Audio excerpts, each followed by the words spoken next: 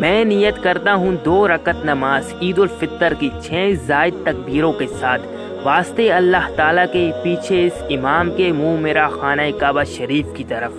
اب امام اللہ اکبر کہہ کر ہاتھ باندھ کر ثنا پڑھیں گے، تو آپ نے بھی یہ نیت کر کے اللہ اکبر کہہ کے ہاتھ باندھ کے ثنا پڑھنی ہے، اور ثنا پڑھنے کے بعد 6 زائد تکبیریں ہوں گی۔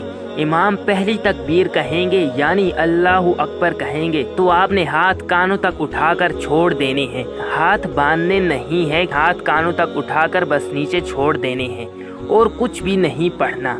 اور جب امام دوسری تکبیر کہیں گے تو آپ نے پھر سے اسی طرح ہاتھ کانوں تک اٹھا کر چھوڑ دینے ہیں، اور جب امام تیسری تکبیر کہیں گے تو آپ نے ہاتھ کانوں تک اٹھا کر باندھ لینے ہیں، چھوڑنے نہیں ہیں۔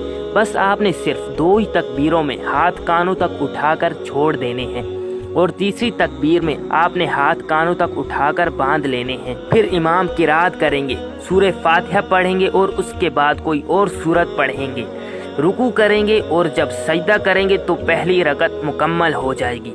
پھر دوسری رکعت میں امام اٹھتے ہی قرات کریں گے، سورہ فاتحہ پڑھیں گے اور اس کے بعد کوئی اور سورت پڑھیں گے۔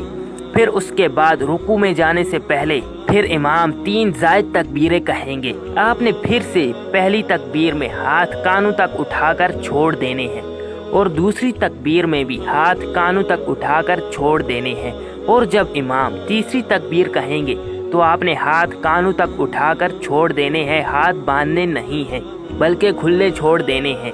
یہاں جو 6 زائد تکبیریں ہوں گی وہ مکمل ہو جائیں گی، اور جب امام چوتھی دفعہ اللہ اکبر کہیں گے تو آپ نے بغیر ہاتھ اٹھائے رکوع میں چلے جانا ہے، اور اس کے بعد باقی سارا طریقہ باقی دوسری نمازوں کی طرح ہی ہوتا ہے۔